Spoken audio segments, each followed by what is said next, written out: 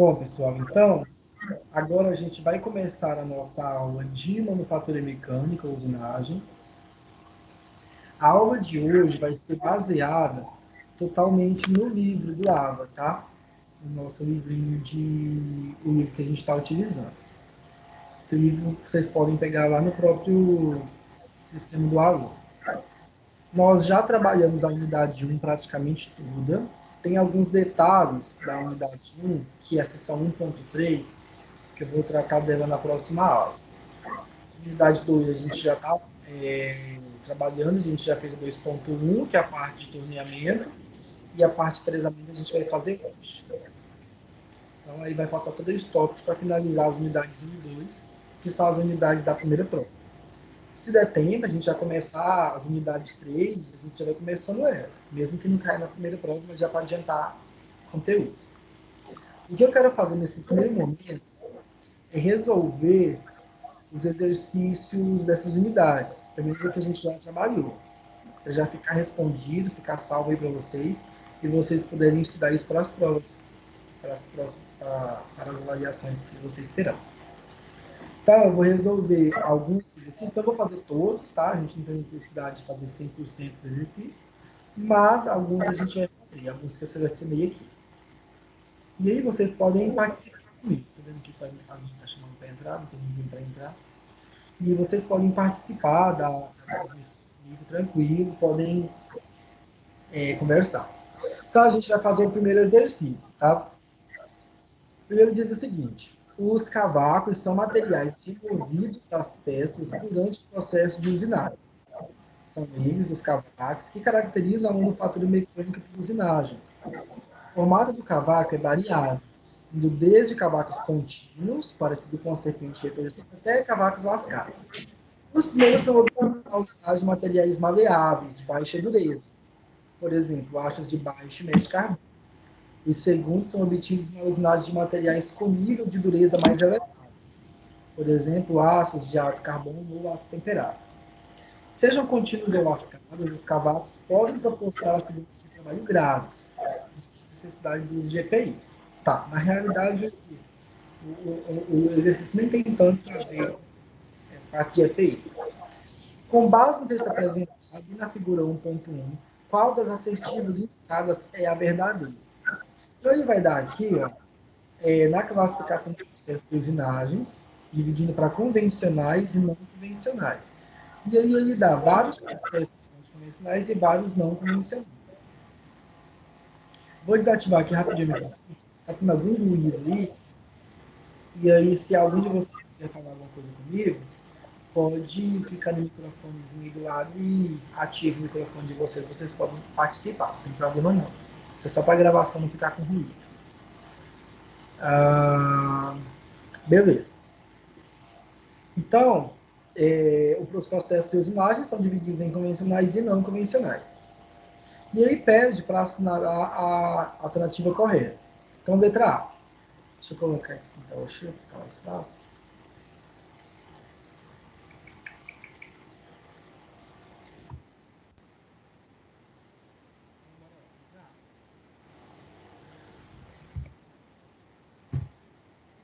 Nos processos sem remoção de cavaco, não há sobras de material.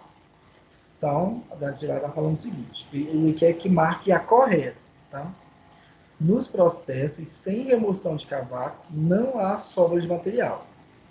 Processos que têm remoção de cavaco são os processos de usinagem. Processos sem remoção de cavaco podem ser qualquer outro processo de conformação, outro processo de fabricação. Pode ser forjamento, pode ser função, laminação, extrusão. E aí ele está falando o seguinte: nos processos sem remoção de cavaco não há sobra de material.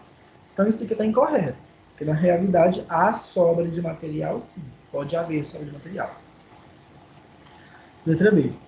Só há cavaco nos processos convencionais de usinagem. Está falando que só nos processos convencionais que pode ter cavaco. C. Os processos sem remoção de cavaco não são caracterizados como sendo de usinagem. D. Na usinagem convencional, temos as etapas de desbaste e de acabamento, mas nos processos não convencionais, não. Letra E.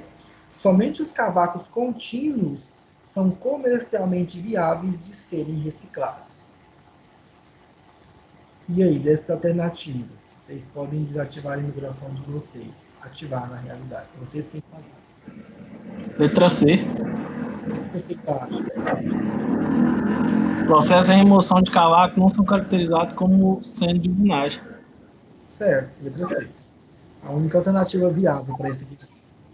Então, número 1, letra C. Número 2.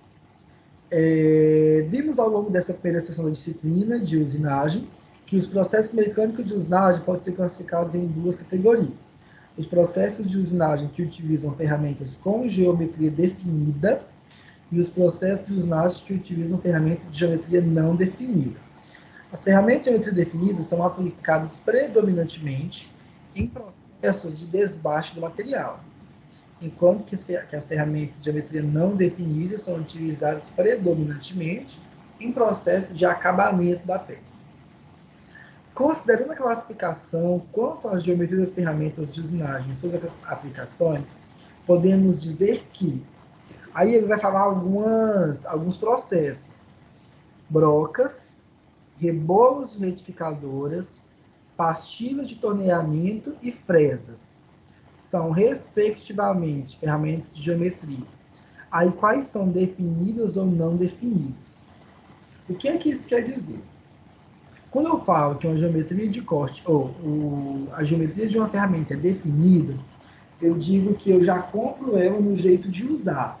Pronto, já compro ela, já posso utilizar. Agora, uma geometria não definida pode ser ou que eu tenha que fabricar essa ferramenta, eu compro uma matéria-prima de material de ferramenta e fabrico essa ferramenta com a geometria que eu preciso, ou pode ser que seja um material que não seja totalmente uniforme, como sendo uma pastilha de usinagem. Se for, por exemplo, de ateamento de areia, já não é uma ferramenta de corte definida. Se for a laser, se for procedimento de aquacorte, enfim. São procedimentos que não têm uma geometria específica de ferramenta de corte, certo? Então, as brocas, por exemplo, vocês podem ativar o microfone então. As brocas são ferramentas de geometria definida ou não definida? Definidos. Os rebolos de retificadores. Aí eu fiquei em dúvida. Então agora a gente fala delas. As pastilhas de torneamento.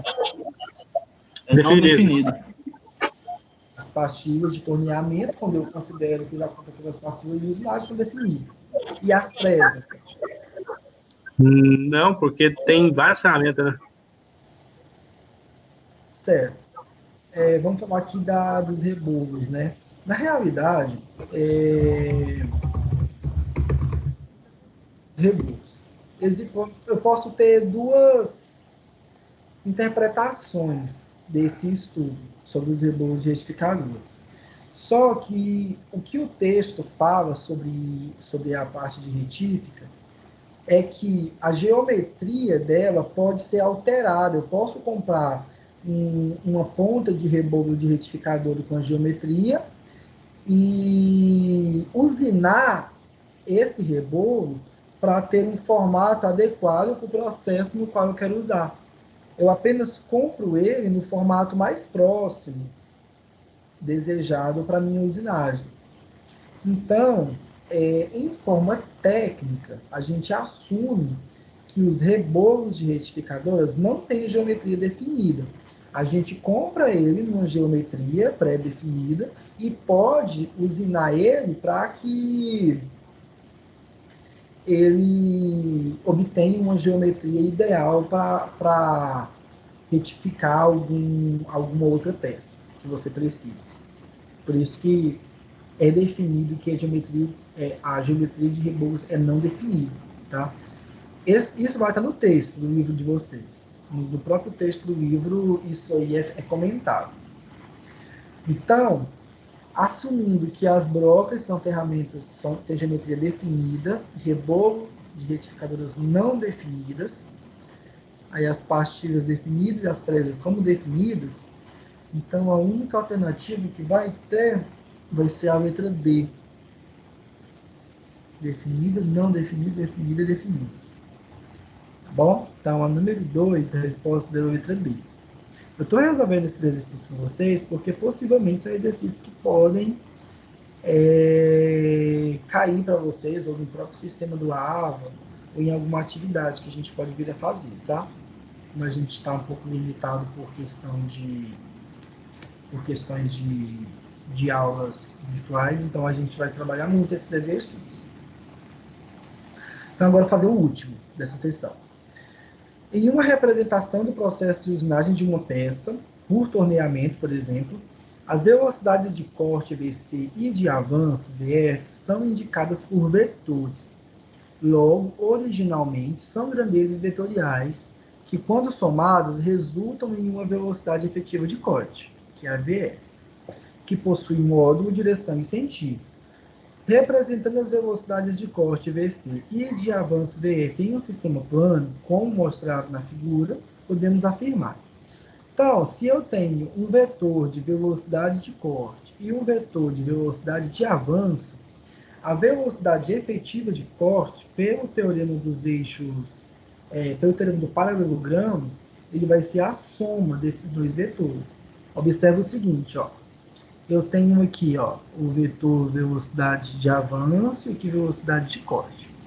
Se eu pegar a velocidade de corte e projetar ele aqui na ponta, a partir da ponta da velocidade de avanço, e fazer a mesma coisa ó, com a velocidade de avanço e projetar aqui, onde a ponta vai ficar na velocidade de corte, eu fecho um paralelogramo.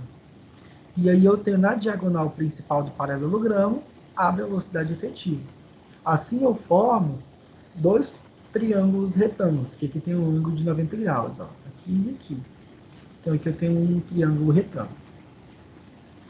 Aí existe uma representação vetorial e uma representação escalar. O exercício ele está pedindo a representação vetorial.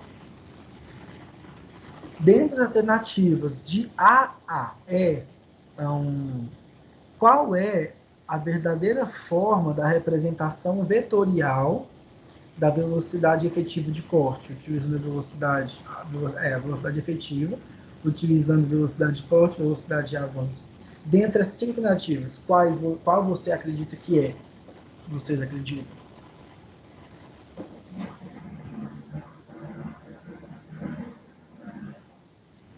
Ixi, Vixe? eu sou péssimo nisso aí, viu? Eu chutaria a letra B. Para questões de representação vetorial, a soma de vetores é representada como uma soma normal. Então, ó, a velocidade efetiva que essa velocidade ela passa por dois caminhos. Eu posso ter velocidade de corte mais velocidade de avanço, ou eu posso ter velocidade de avanço mais velocidade de corte. Eu tenho que ir do início do vetor, ó, isso aqui é o vetor velocidade efetiva, que é o que eu quero estudar. O início dele está aqui nessa ponta. Então, dessa ponta para essa ponta, eu tenho dois caminhos. Esse mais esse, ou esse mais esse. Dessa forma, então, é uma soma normal. Então, vai dar a letra B. Velocidade efetiva é igual a velocidade de corte mais velocidade de avanço. Só que isso aqui é em termos vetoriais, tá bom? Se eu tratar de termos escalares, ou seja, se eu quiser saber o valor numérico real, e aí eu tenho que saber cada um. Se eu souber velocidade de corte igual a 30, por exemplo, e velocidade de avanço igual a 25, por exemplo, a velocidade efetiva real, o número, o módulo desse valor, vai ser encontrado pelo teorema de Pitágoras, para um triângulo desses aqui. Então, seria velocidade efetiva ao quadrado, mais velocidade de corte ao quadrado, mais velocidade de avanço ao quadrado. Então, seria o teorema de Pitágoras. Mas isso para encontrar em valores escalares, tá bom? Aqui encontrando em valor vetorial. Então, a resposta é a letra B dessa seção. Esses exercícios são bem tranquilos. Pelo menos bom de chute eu tô. Mas, assim, a ideia não é essa, tá? Né, Guilherme? Aí, nós fomos para a seção 2, onde a gente trabalhou aquelas equações grandes que vai falar de velocidade máxima de produção, velocidade econômica de corte. Aí tem uns exercícios que vocês vão resolver depois, que é o questionário que eu passei, que vai precisar desses conhecimentos aí, tá? Mas agora a gente vai para esse questionário, para esse assunto. Bora lá. Sabemos que os processos de usinagem podem ser classificados em duas categorias: os processos convencionais e os não convencionais. Além dessa classificação, os processos podem ser divididos entre aqueles que utilizam ferramenta definida e aqueles que utilizam ferramentas de corte com geometria não definida. Isso aqui é coisa que a gente já está trabalhando. Deixa eu ver aqui se tem alguém para entrar. Não, tem ninguém. Beleza. Vê as afirmações abaixo, avalie se são verdadeiras. D ou F. A formação de cavacos é mais pronunciada na fase de desbaste do material, que utiliza ferramentas com geometria definida. E aí? Verdadeiro, na parte de desbaste ele muito mais que na parte de acabamento. Segunda, na fase de acabamento, a utilização de ferramentas de geometria não definida não produz cavacos. Falso. Às vezes produz pouco, mas produz, chega a produzir. O cavaco é formado tanto na usinagem convencional quanto na usinagem não convencional. Verdade. Então, a alternativa que vai dar certo aqui vai ser a letra C. Daniel, qual que é a página desse exercício aí? Só para me anotar aqui. Página 36.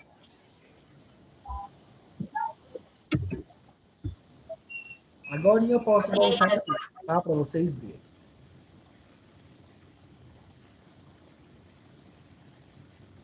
Fazer o próximo agora.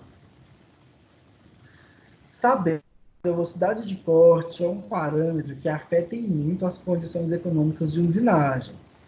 Na usinagem de uma peça, há de se levar em conta a necessidade da busca de um valor ideal de velocidade de corte. Pois, quando se eleva a velocidade de corte, embora o tempo de usinagem diminua, fatores como desgaste de ferramenta e maior necessidade de troca de ferramentas podem comprometer o aspecto econômico. Por outro lado, baixas velocidades de corte aumentam o tempo de fabricação de uma peça. A equação a seguir nos orienta no cálculo da velocidade ideal de corte, que é a velocidade máxima de produção, e também permite avaliar a vida da ferramenta. Então, tem aqui uma equaçãozinha para a velocidade máxima de produção. Isso aqui a gente trabalhou em sala de aula. Então, ó, a velocidade máxima de produção é igual a raiz quadrada, na verdade não é quadrada, né? A raiz em um valor x, que é parâmetro, propriedade. Tanto o valor x como o valor k são propriedades que envolvem tanto o material que está sendo usinado, quanto a ferramenta de corte que está sendo utilizada. E aqui embaixo, o tempo. Tá? Como isso aqui é parâmetro, é constante, constante menos 1 continua sendo constante, vezes tempo, TTF é tempo de troca de ferramenta. Então, o tempo de troca de ferramenta, num processo, vezes um parâmetro qualquer, vai continuar sendo tempo. Então, beleza.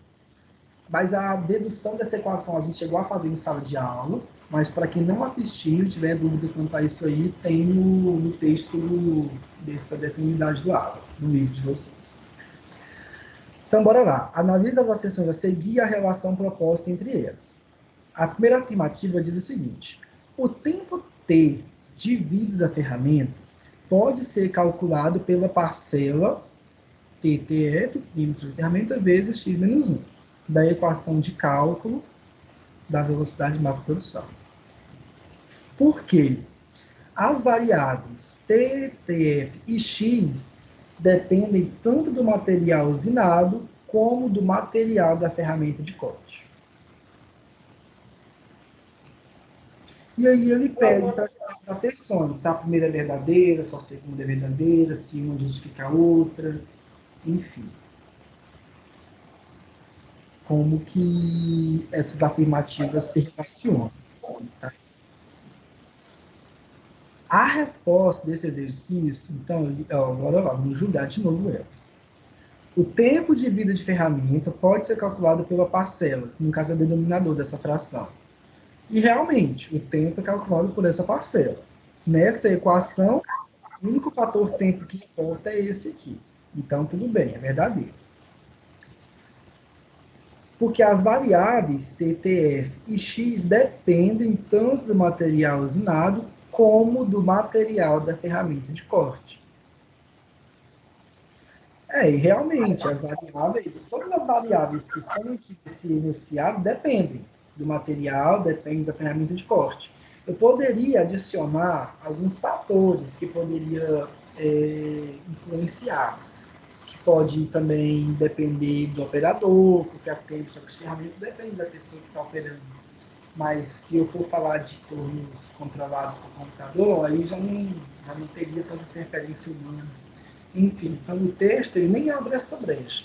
Ele só fala sobre os termos individuais. E ele também poderia dizer que o K também depende do material e depende da ferramenta de usinagem. Ele não fala do K, mas também não deixa de estar certo, assertivo. Essa questão me deixou um pouco em dúvida se realmente qual era a resposta dela. Então, eu acho que se vocês tiverem dúvida, eu acho que é até aceitável. Só que a gente tem que avaliar só o que o texto está falando. E só o que o texto está falando, então também está certo. Então, a alternativa correta desse exercício é a letra. Deixa eu ver aqui qual que é essa. Essa é a seção 2, né? Número 2. Letra E. Ambas as acessões são verdadeiras e a segunda complementa a primeira. Pronto. Então, a número 2 é a resposta é a letra E. Que é o que eu estava comentando agora. E vamos para a última dessa sessão.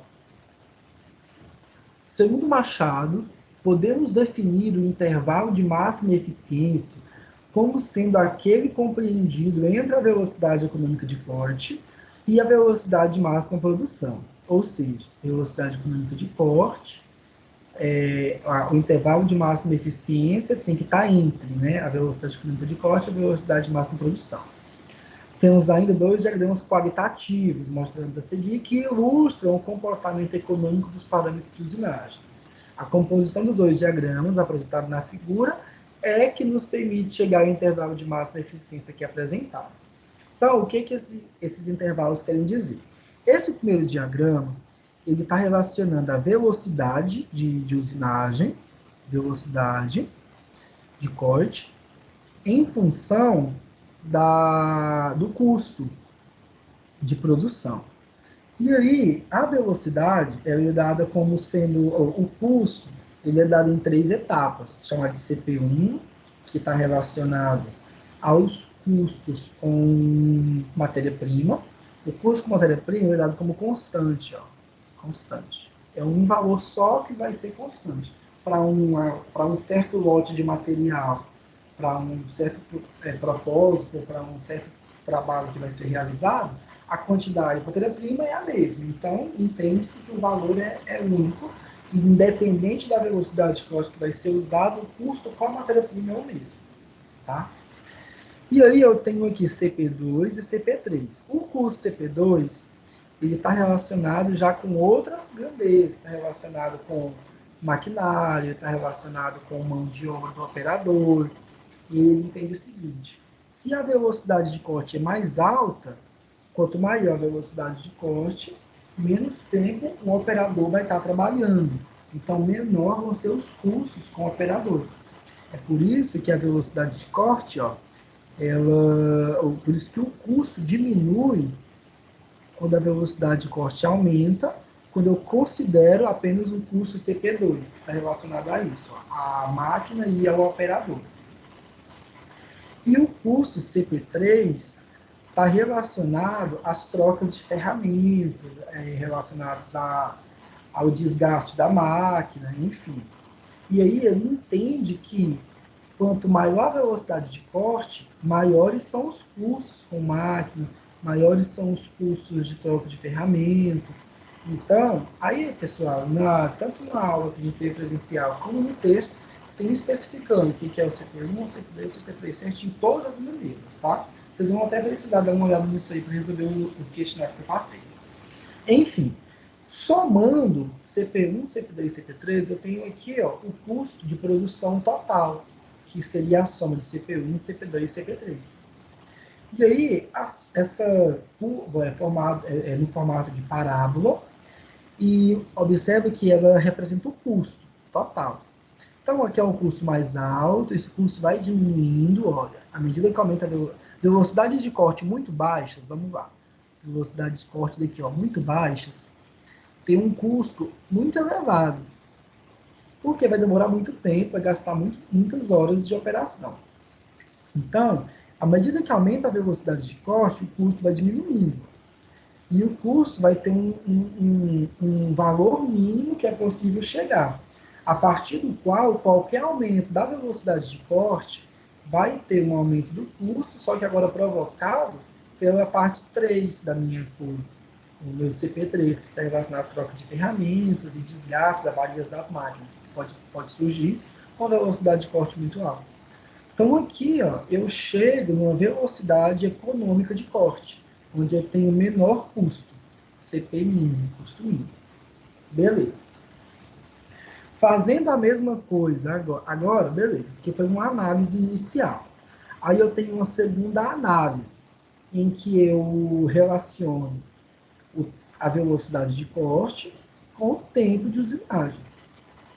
Aí aqui, ó, eu tenho o tempo 1, T1. O tempo 1, quando vocês pegarem as equações, ele está relacionado ao tempo de preparar a máquina, ao tempo utilizado para trocar uma ferramenta, o tempo utilizado para instalar um material que vai ser usado e para retirar. São tempos iniciais e finais do processo. Então, são coisas que vão ser constantes. Depois de uma certa análise, você vai definir esse tempo e vai ser constante. Então, T1 também é uma constante, igual tinha um CP1 aqui. O tempo 2, ele está relacionado a... Imagine que à medida em que eu aumento a velocidade de corte, o tempo de corte, o tempo de usinagem, ele pode diminuir em função desse tempo 2. Deixa eu mostrar aqui para vocês que a equação dele é maior. Eu nem ia mostrar isso agora não, mas vamos mostrar, fica mais fácil de entender. Está no texto aqui de vocês, mas eu passei nos cadernos também.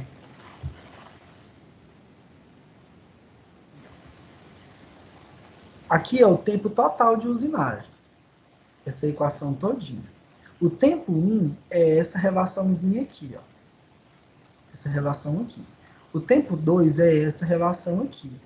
O tempo 2 está relacionado ao avanço de usinagem, está relacionado ao comprimento, esse LF aqui, ó, é o comprimento efetivo de um corte em um processo de usinagem, um LF relacionado a isso aqui. Ó. Essa seria essa distância, esse comprimento que está sendo usinado. E o T3 está relacionado já com essas outras grandezas, que aí já tem parâmetros de material, que é o K e o X, que é o mesmo K e X que a gente vai usar para a velocidade econômica de corte, F relacionado ao avanço, LF seria também o mesmo termo de comprimento, e aqui o tempo de troca de ferramenta. Troca de ferramenta de processo de usinagem. Então, eu tenho que o tempo 2 e o 3, o tempo 2, ele vai diminuir ao longo do processo, até porque ele é inversamente proporcional, lá na equação UV, a velocidade de corte está no denominador, então, à medida que a velocidade de corte aumenta, o T vai diminuir. E a velocidade de corte no tempo 3, ela vai aumentar, Porque à medida que aumenta a velocidade de corte, também vai aumentar as paradas na máquina para fazer troca de ferramenta. Então, o tempo de aumenta. Então, é a mesma análise, para cá e para cá. Aqui também eu tenho um tempo total de usinagem, que é a soma dos 3 tempos, e eu tenho aqui um TU, que é a soma de tudo. Então, a velocidade de corte é muito baixa, você tem um tempo muito alto, à medida que a velocidade de corte vai aumentando, o tempo vai diminuindo, o tempo total, até eu chegar no limite, num valor mínimo de tempo de usinagem durante um processo. E aí aqui eu tenho a velocidade máxima de produção, por essa definição de tempo, e a velocidade econômica de corte, por essa definição de economia, de menor custo. E aí o intervalo de máxima eficiência seria um valor que estaria entre a velocidade econômica de corte e a velocidade de máxima produção. Qualquer valor dentro disso aqui, ó, tá válido, dentro de um processo de usinagem bem avaliado. Então agora vamos para as afirmativas. Reforçando que a composição dos dois diagramas A e B é que nos permite chegar ao intervalo de máxima eficiência, assinar a alternativa que representa a asserção correta. Bora lá. Diminuindo a velocidade de máxima produção a um valor ainda superior à velocidade econômica de corte, o tempo de usinagem aumenta sem afetar significativamente o custo de produção mínimo. Ele está falando o seguinte: se eu diminuir a velocidade máxima de produção, aqui, ó, se o valor de máxima de produção for diminuído ainda por um valor superior à velocidade econômica de corte, ainda assim eu não vou aumentar significativamente os valores de custo. Então, ele está mais ou menos falando o seguinte: olha, se eu diminuir a velocidade máxima de produção para um valor ainda superior à velocidade econômica de corte, eu ainda estarei dentro do intervalo de máxima eficiência. Porque nesse intervalo, eu vou ter velocidades, custos similares ainda, vai ter variação, mas não vai ser uma coisa tão significativa. E eu vou ter variação de tempo também, logicamente, mas não vai ser uma coisa também tão significativa. Então, é isso que o texto está falando. Então, a B. As parcelas CP1 e T1 indicadas nos gráficos são constantes que podem ser alteradas variando-se a velocidade de corte e, portanto, podem alterar o intervalo de máxima eficiência. Ele está falando que CP1 e T1 varia se eu avaliar a velocidade de corte. C. Se diminuirmos o valor da velocidade econômica de corte, não alteramos a velocidade máxima de produção. Está falando que se diminuir a velocidade econômica de corte, não altera a velocidade máxima de produção. O intervalo de máxima eficiência, uma vez estabelecido, não pode ser alterado por nenhuma das variáveis indicadas. E, por último, diminuindo a velocidade máxima de produção a um valor ainda superior à velocidade de corte, o tempo de usinagem diminui, afetando significativamente o custo de produção mínimo. Sim, foi uma questão bem longa de análise, mas o que vocês acham aí das afirmativas? Letra A. Letra A? Também letra A. Ei, gente, os coleguinhas de vocês estão fracos demais, pessoal, não veio assistir a aula. Oh, meu Deus. O bobo, é. Tá, realmente, vocês são letra A, tá? Esse último exercício. Então, finalizamos aqui mais um.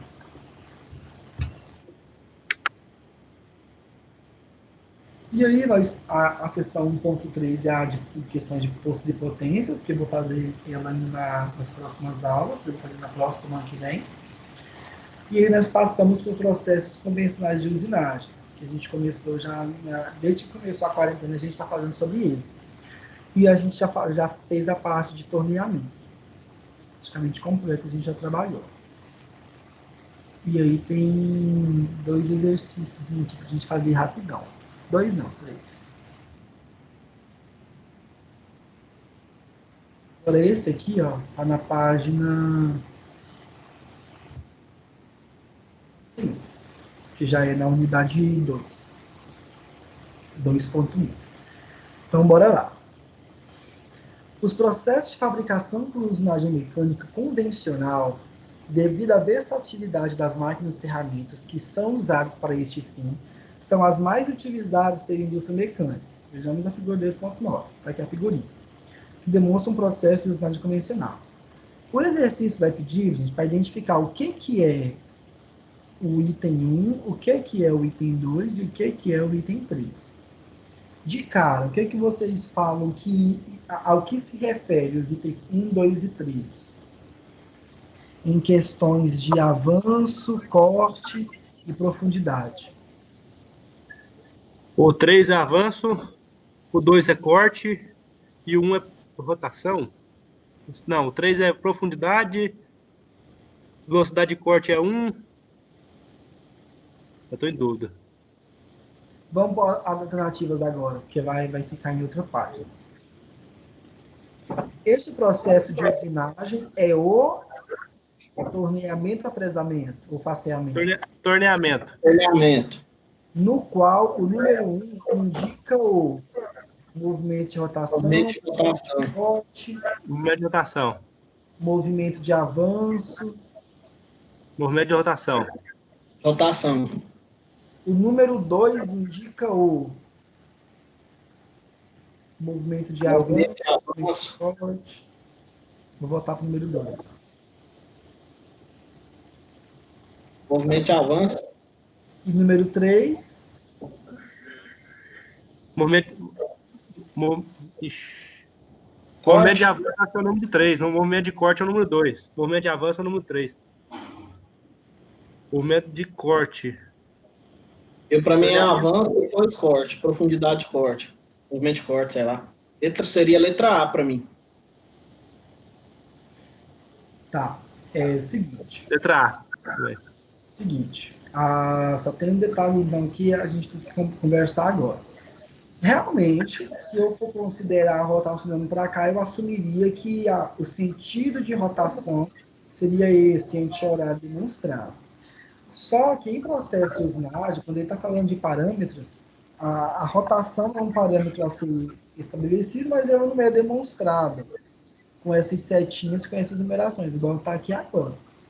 Se eu tenho 2, o processo 2 realmente é um processo de avanço, e o parâmetro avanço.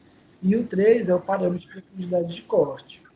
A velocidade de corte nesse processo aqui, ó, vai ser representada por 1, porque seria o sentido no qual o cavaco está sendo retirado do material.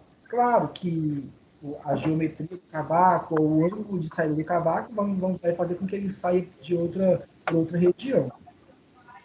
E aí, ó, se eu observar isso aqui num plano cartesiano, eu vou ter a velocidade de avanço 2, num determinado sentido, e a velocidade de corte, que vai ser tangencial a esse eixo que está rodando, e vai estar para baixo.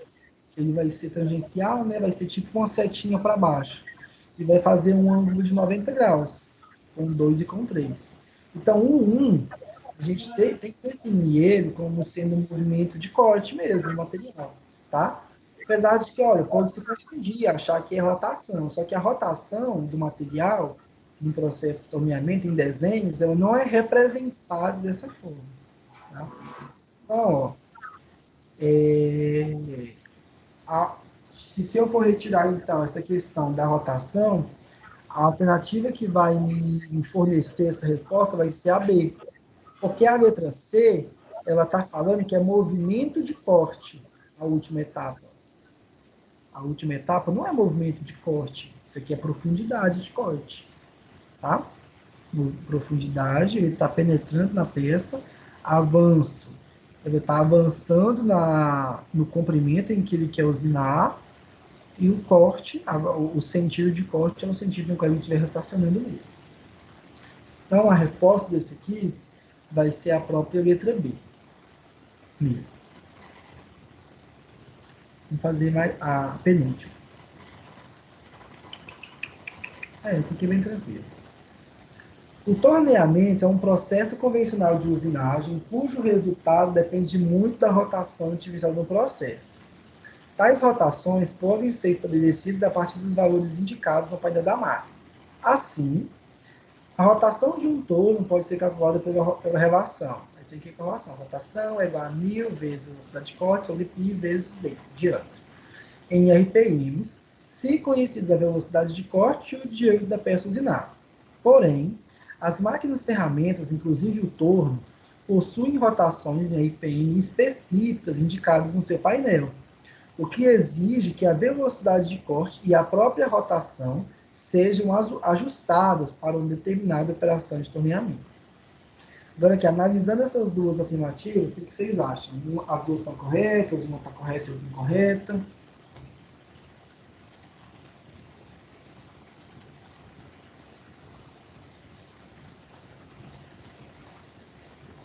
Vocês estão ouvindo, meninos? Estava pensando aqui, peraí.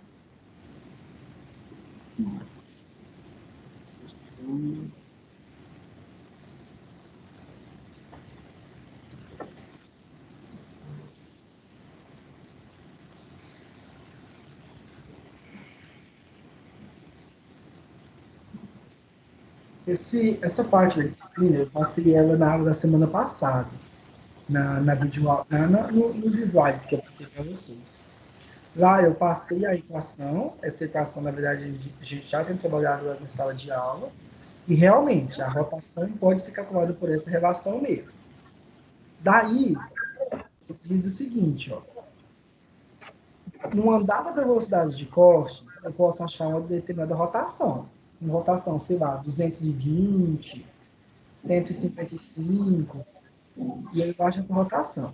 Só que as máquinas ferramentas, como o torno, por exemplo, têm rotações específicas, que já são indicadas nos painéis. Então, a rotação vai ser 100 RPM, 200 RPM, 300 RPM. Geralmente, são valores assim. Então, mesmo que eu ache, por cálculo, uma rotação com um número, por exemplo, 255, um número que não seja múltiplo de 100, por exemplo, então eu tenho que ajustar a rotação para a operação que a máquina consegue realizar. Então, ó, e a própria rotação já sabe para determinada operação de torneamento. Então, realmente, as duas afirmativas são verdadeiras, tá? Então, ó, letra C. A assertiva 1 é verdadeira e a assertiva 2 a complementa. Então, as duas são verdadeiras, tá? E agora, por último.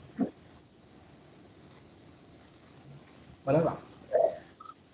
Ao usinar, caso de um torneamento, um eixo de 45 milímetros de diâmetro de aço SAI 1060, extra duro, usando uma ferramenta de carboneto metálico para uma operação de desbaste com velocidade de corte estabelecida pela tabela 2.2 a seguir, deve-se fazer um ajuste na rotação.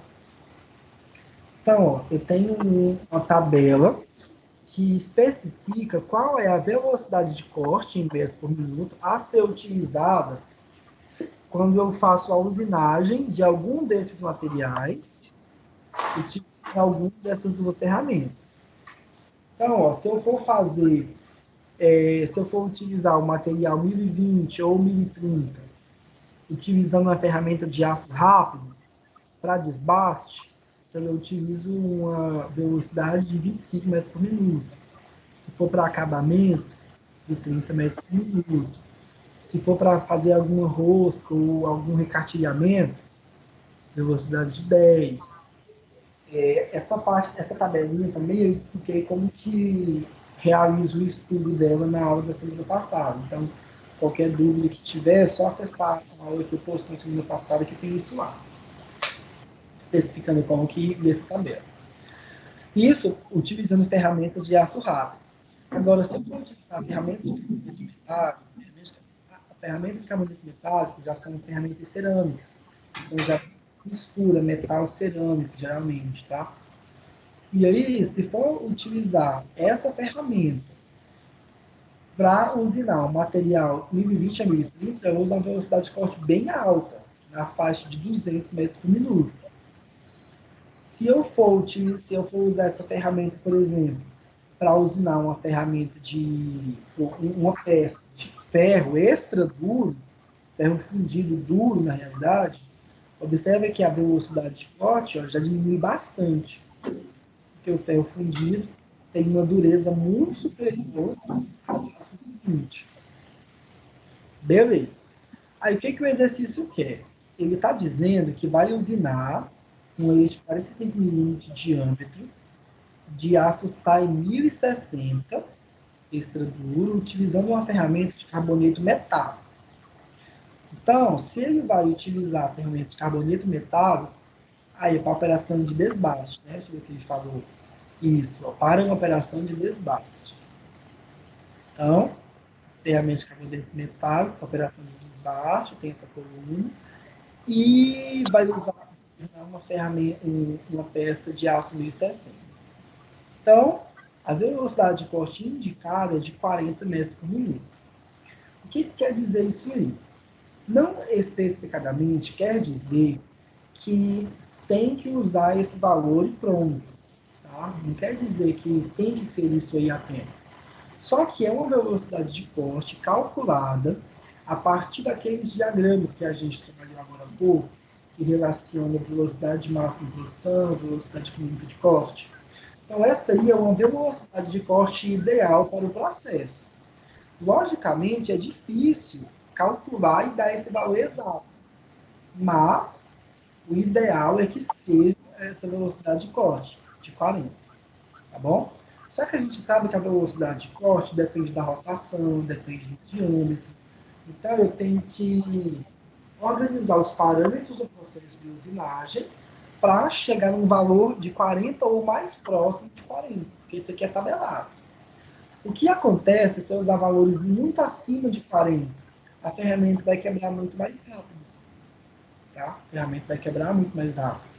E se eu usar valores muito mais baixos de 40, eu vou ter perda na facilidade de usabilidade do material, porque se trata de um aço extra duro. Tudo bem que a ferramenta de corte tem uma dureza bem maior. Só que esse aço 1060 extra duro, observa que a velocidade dele está baixa com relação ao 20. A diferença entre esses dois é bem mais alta em questão de dureza do que a diferença entre carboneto metálico e 1060. Enfim, a conclusão que eu quero que nós entendemos nessa aula, que a gente chegue, é que a velocidade de corte tem que ser próxima a isso aqui, 40, certo? Então, continuando. De acordo com o texto base apresentado, qual rotação deve ser ajustada no torno, sabendo que as opções do painel são as seguintes: 100, 200, 300, 400 ou 600 RPMs. Para realizar para fazer esse exercício, eu vou utilizar um modelo respondido que eu tenho aqui. Mas, já adiantando então, que pela tabela, a velocidade tem que ser de 40 metros por minuto. Dessa forma, se é 40 metros por minuto, eu consigo calcular a rotação pela equação que a gente viu. Rotação é igual a 1000 vezes a velocidade de corte sobre π vezes o diâmetro. Ô, Daniel, só te interromper rapidinho, o cara está pedindo para você dar o acesso para ele. Tá, já vou liberar aqui.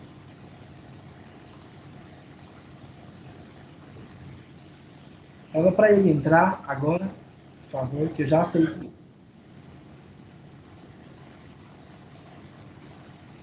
Você está com ele no WhatsApp, é?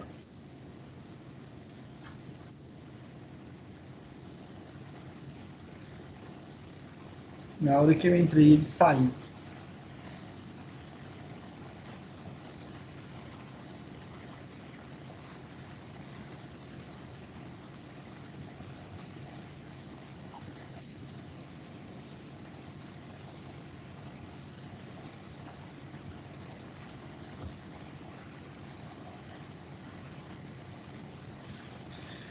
Pronto.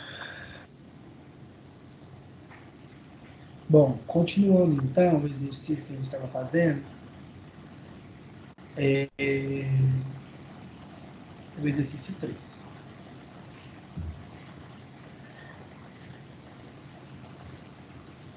A gente está aqui, 3.3. Então tá aqui. A rotação teórica, então, pode ser calculada com o uso daquela equaçãozinha que eu mostrei para vocês. Rotação é igual a 1000 vezes a velocidade de corte sobre π vezes o diâmetro. Velocidade de corte, então, pela tabela, a gente encontrou que é 40. Então, 40 é a velocidade de corte. Sobre π vezes o diâmetro da peça é 45 milímetros. Fazendo o cálculo, ele encontra, então, que a rotação é de 283 RPM. Beleza. Só que o painel do torno mostra que ele só tem as opções de 100, 200, 300, 400 e 600 RPM. E deu 283. Sendo assim, qual rotação que vai usar? Entre 200 e 300. Então, qual vai ser a alternativa certa? O que vocês marcariam?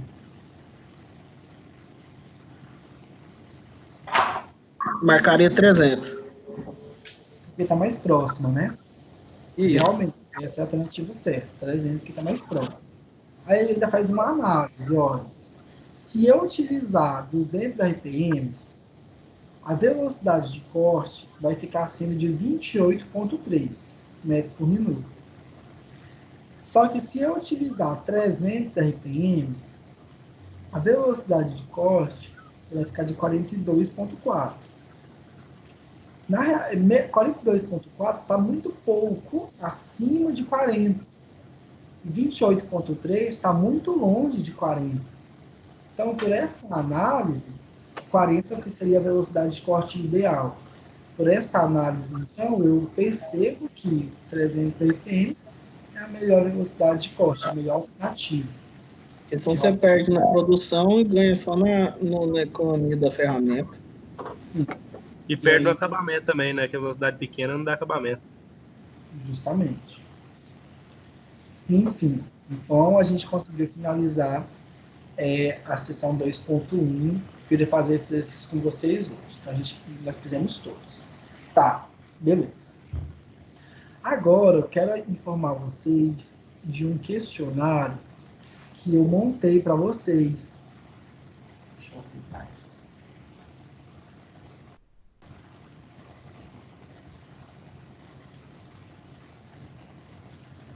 Bom, eu quero mostrar para vocês um questionário que eu montei para vocês resolverem ele. Vai valer 200 pontos. Se eu deixasse o meu computador aberto aqui, não ia dar certo. E agora?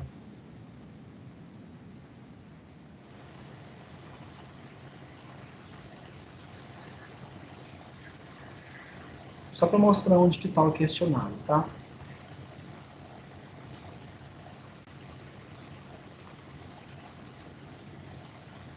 Ctrl abrir. Este questionário vai valer 200 pontos para vocês. E eu vou entrar na mesma plataforma, igualzinho vocês entram, só que mostrando onde vocês vão ver. Que eu fiz um inicial e não deu certo. Aí o segundo que é o que está valendo. Então a gente está um pouquinho lenta, né, gente? Nossa, exportar hoje tá pior que os outros dias. Ele não tem suporte para tanta gente online, né? Mas o questionário, inclusive, quem conseguir fazer hoje já é o ideal, tá? Porque eu queria que seja feito essa semana. Vocês vão ver aqui, ó, unidade de ensino 2, o 2, seção 3.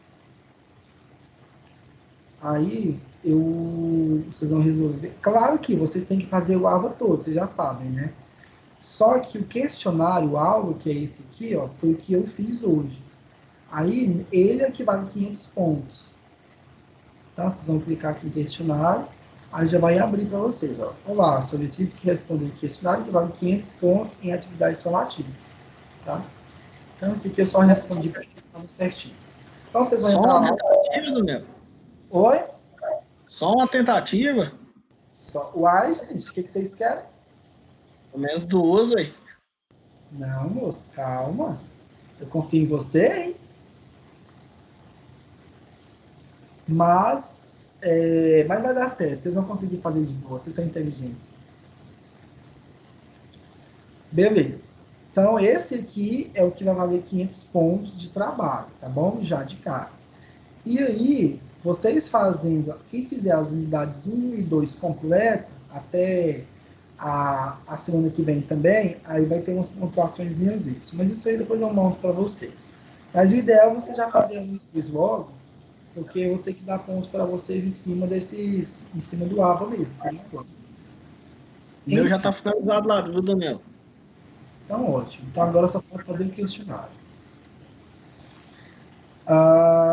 Beleza. Então, o questionário já está ok, então. Já está definido. Vocês já sabem o que fazer. Agora, falando da seção 2.2 de fresamento.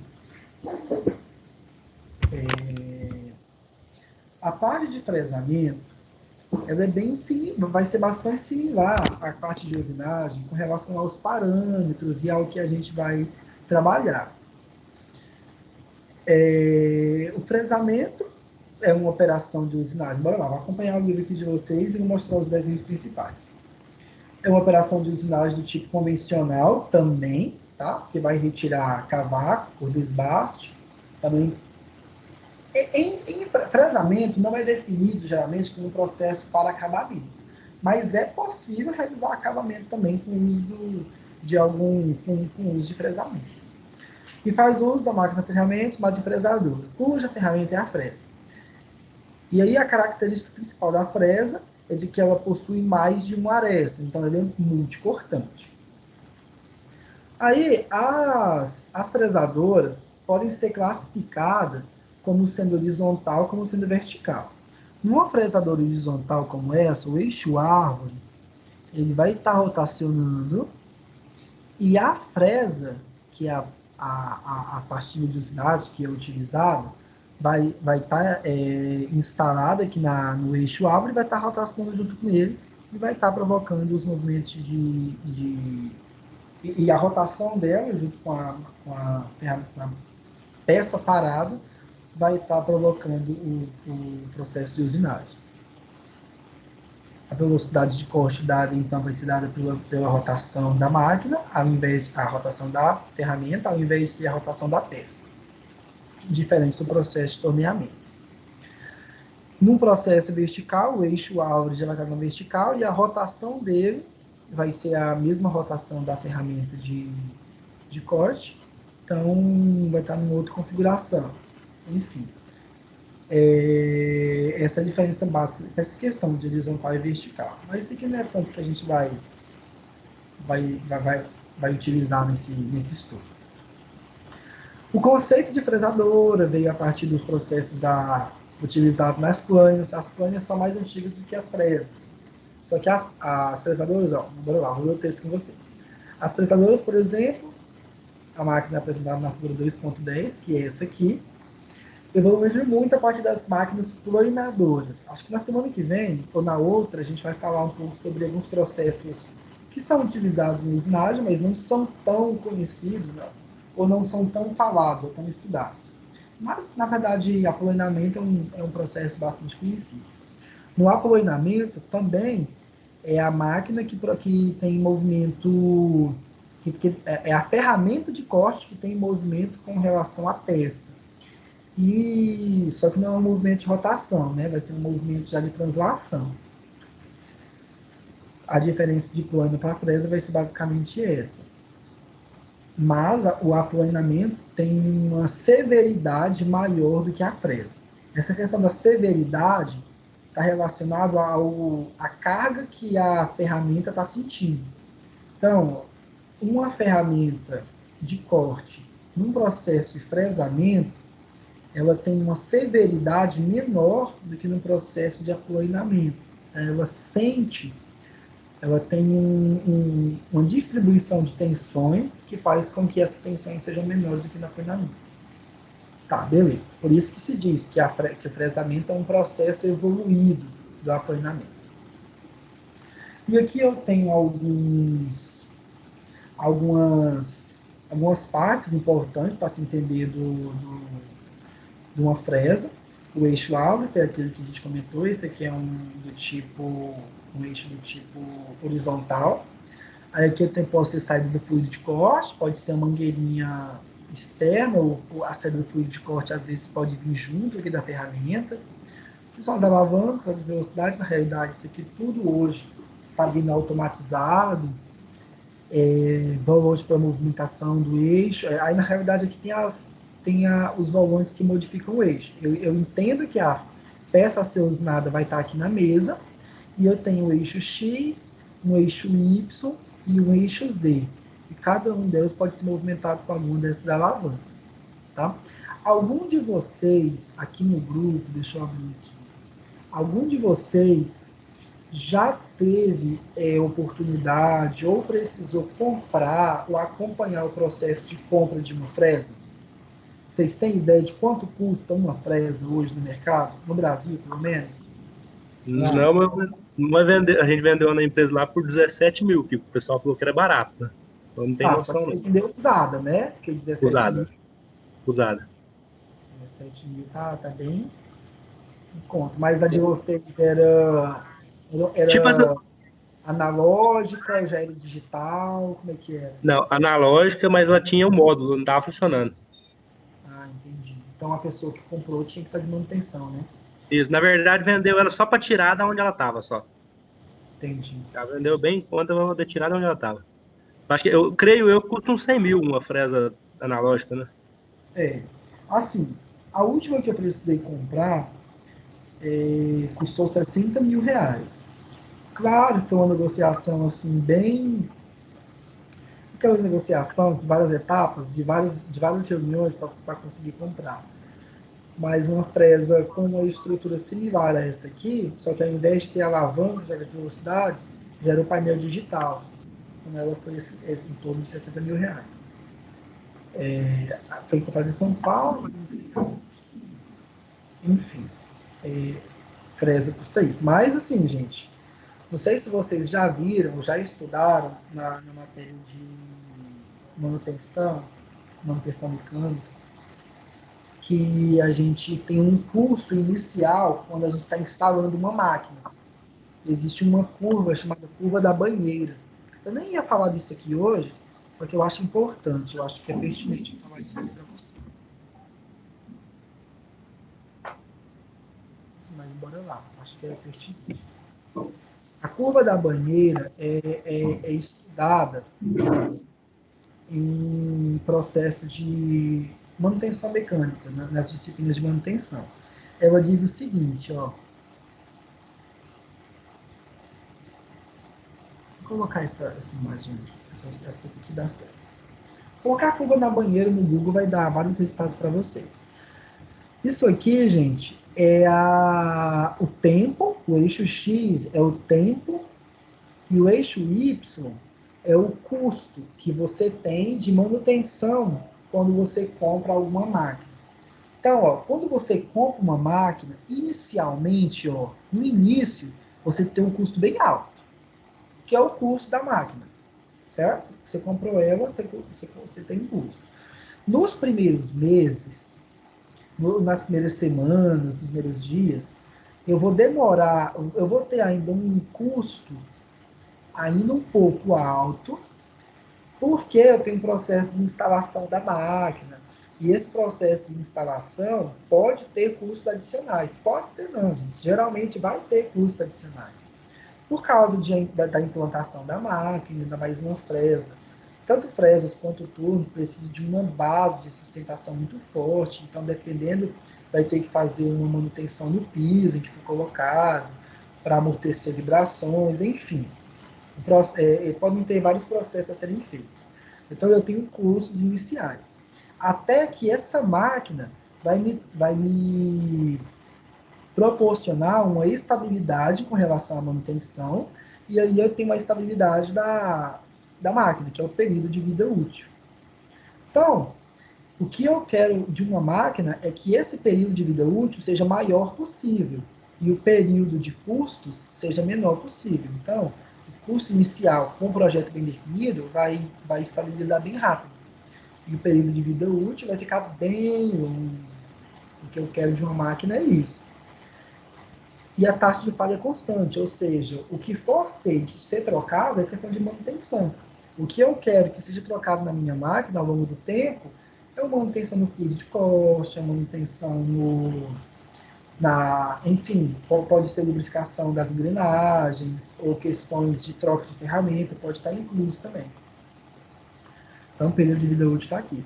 E o período de desgaste seria essa última parte aqui, que está relacionado à quantidade de falha que começa a surgir. E depois de alguns anos de funcionamento, uma máquina ela vai começar a gastar tanto com manutenção que o custo dela vai ficar muito alto. E assim, ainda assim é possível, às vezes, você estar nesse estágio e tentar voltar para esse estágio e prolongar um pouco a vida útil. O ideal é comprar uma máquina, claro que assim, gente, criar uma curva da banheira igual a essa aí, isso aqui é teórico, é muito bonito. Criar uma curva dessa aqui para uma máquina real é bem mais complexo do que aparenta apenas na curva.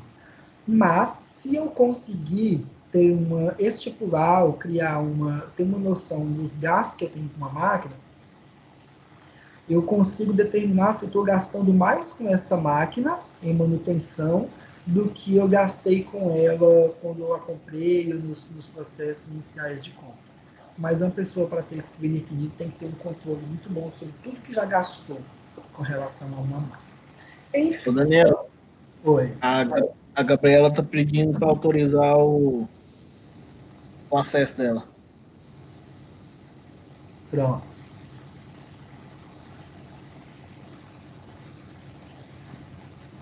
Ai, vamos lá então, continuando, né? Que meus queridos alunos estão chegando na aula 8h40, né, gente? Não sei o que está acontecendo com vocês.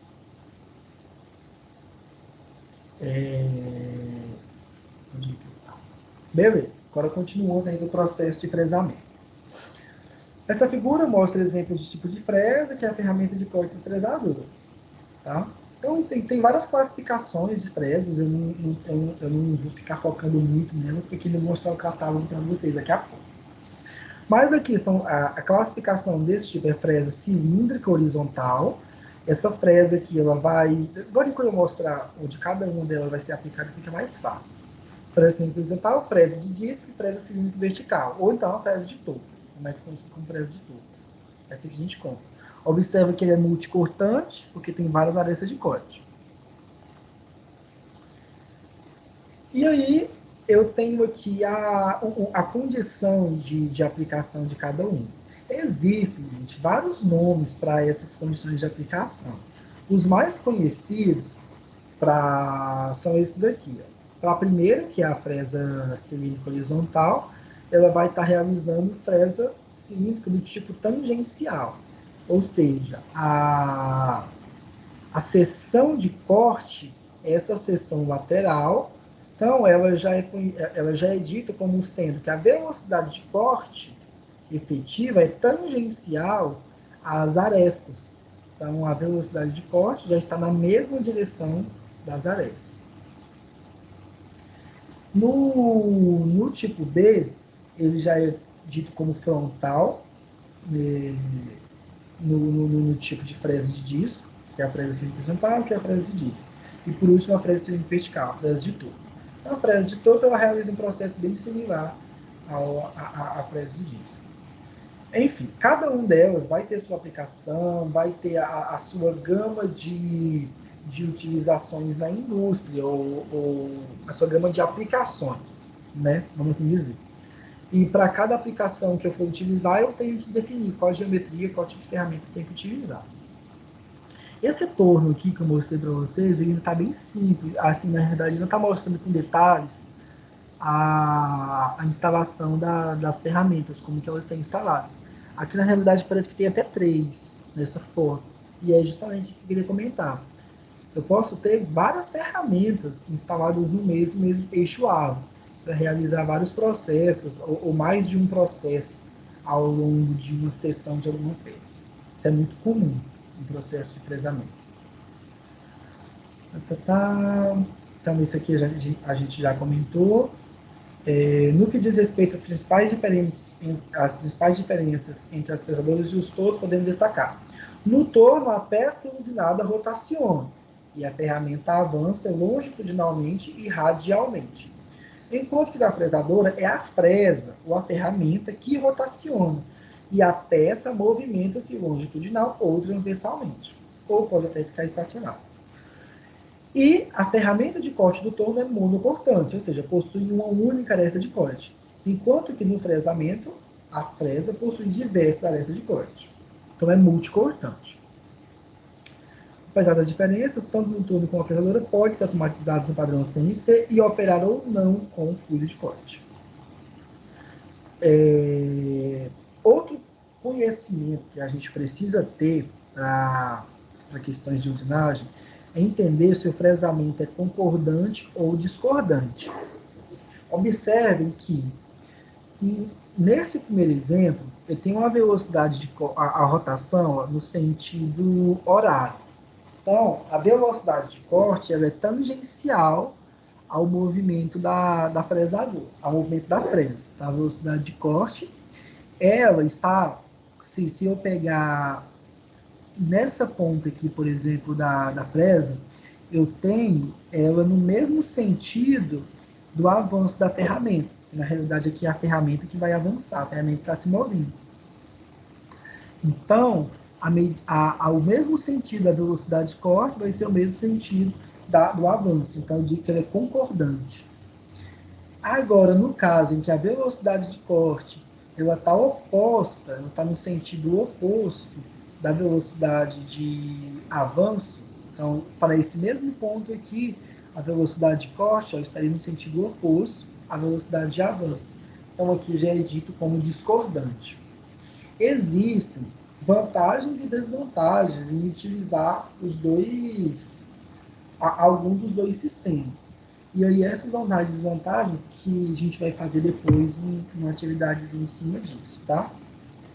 Mas basicamente está relacionado a tensões que a material vai sentir e também está relacionado à precisão do processo de fresamento. Achei que tinha alguém para entrar aqui.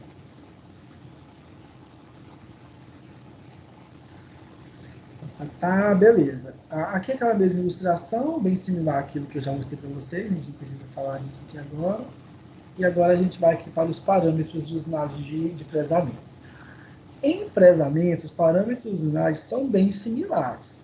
Só que agora eu tenho uma velocidade de avanço que ela não é dada pela pastilha de usinagem, não é dada pela ferramenta de corte, mas sim é dada pelo operador da máquina, que vai estar controlando o movimento da peça que está sendo usinada. Então, a velocidade de corte ela é encontrada pela mesma equação, π vezes o diâmetro vezes a rotação sobre 1000, tá? Em que π é constante, d é o diâmetro da fresa, n é a rotação do eixo da fresa. Então, assim, eu encontro a velocidade de corte. Como as fresas possuem dentes incertos, a gente vai chamar muitos dentes incertos aqui nesse estudo de fresa. De arestas cortantes, o avanço da fresa pode ser obtido pela expressão. Então, o avanço da fresa, o F, ele vai ser dado com a velocidade de avanço sobre Z, que é o número de insertos, ou seja, o número de dentes, vezes a rotação. Então, essas duas equações aqui, ó, eu gostaria que vocês anotassem ela no estudo de vocês. Essa aqui vocês já têm trabalhado com ela, e essa aqui é a equação que vai tratar sobre a velocidade de avanço. E aí eu tenho um termo que é igual nas duas equações, que é a rotação. Rotação. Então, eu consigo obter a velocidade de avanço sabendo a velocidade de corte. Porque como a rotação é igual nos dois termos, então eu tenho que a velocidade de avanço, Vf, é igual a Z vezes N vezes Fz. Vou botar aqui. Então, isso aqui tudo, a velocidade de avanço, eu consigo transformar ela, eu consigo determinar a velocidade de avanço em função da velocidade de corte. Só fazendo aí a organização das equações. Então, o que é ideal que vocês copiem a equação da velocidade de corte, vocês já devem ter aí, mas copiar de novo agora para a fresa, a equação do avanço e a equação da velocidade de avanço em função da velocidade de corte, que vai ser essa equaçãozinha aqui. Então, essas são as mais utilizadas.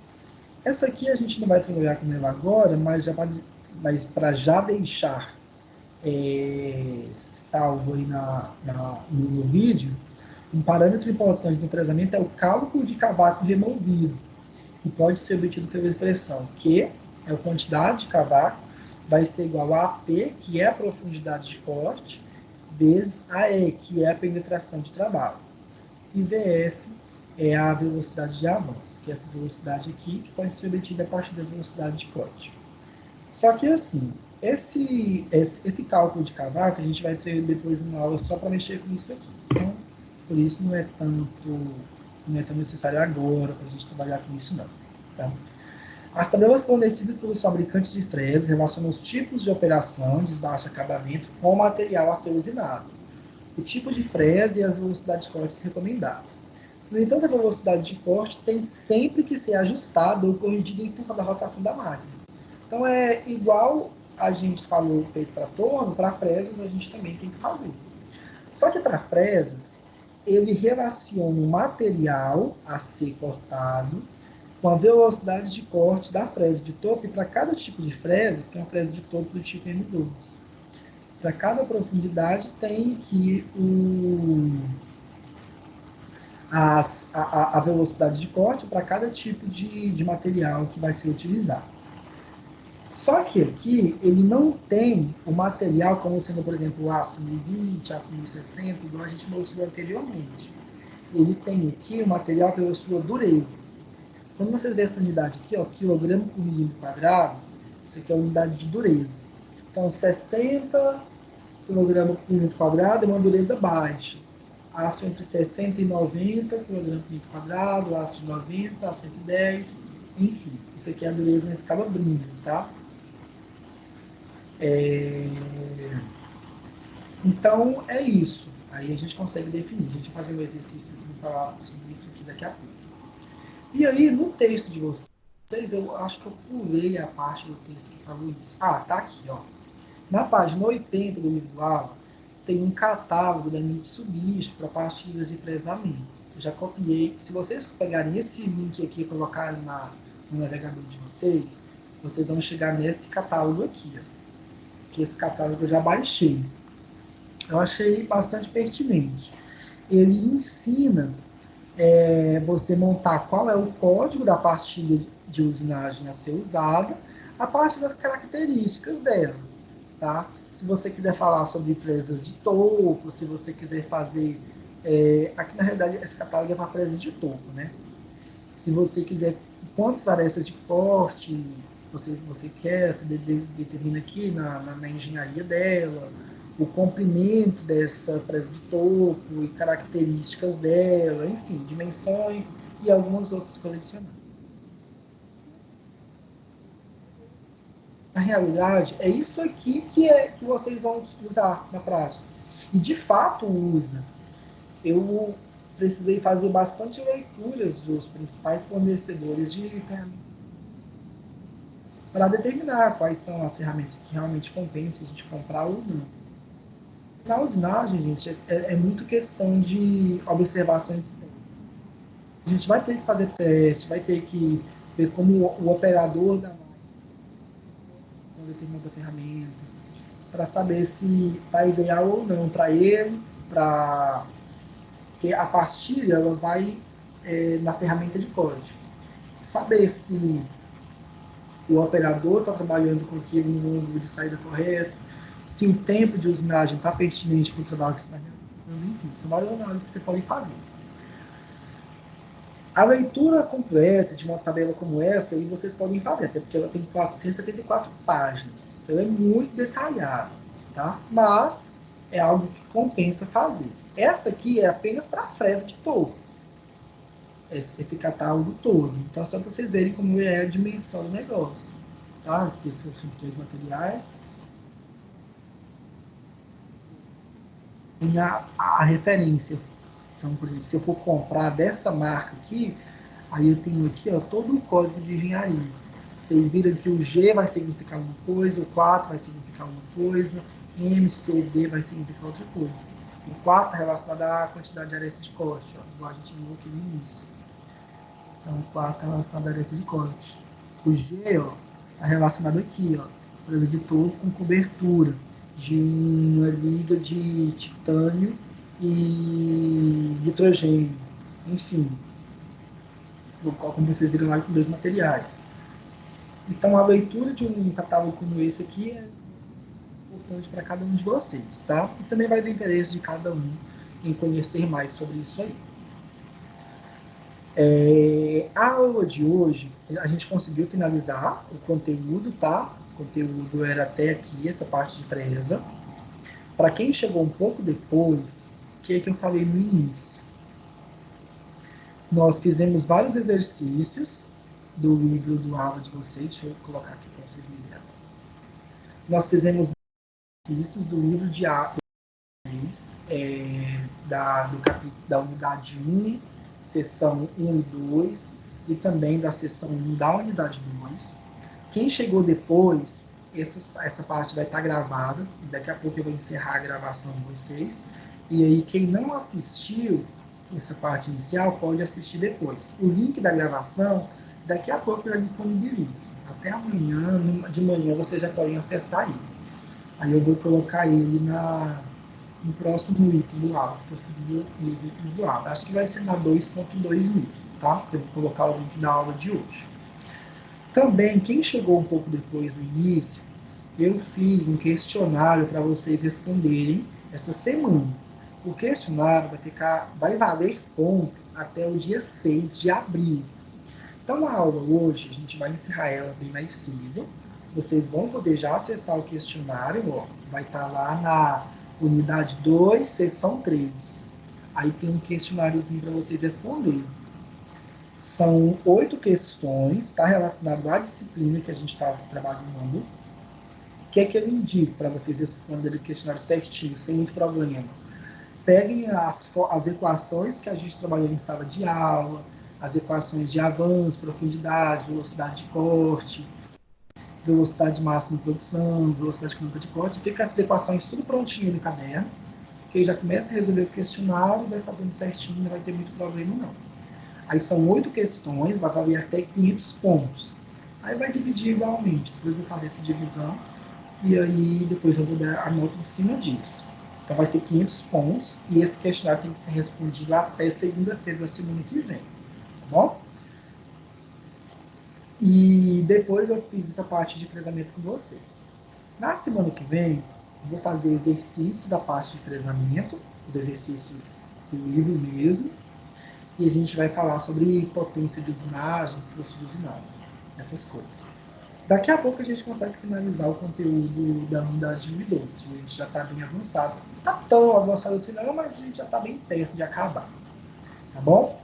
Eu vou liberar aqui, vocês podem abrir os microfones de vocês, para vocês falarem aí se deu para entender direitinho a aula, se tem alguma dúvida sobre algum assunto, alguma coisa.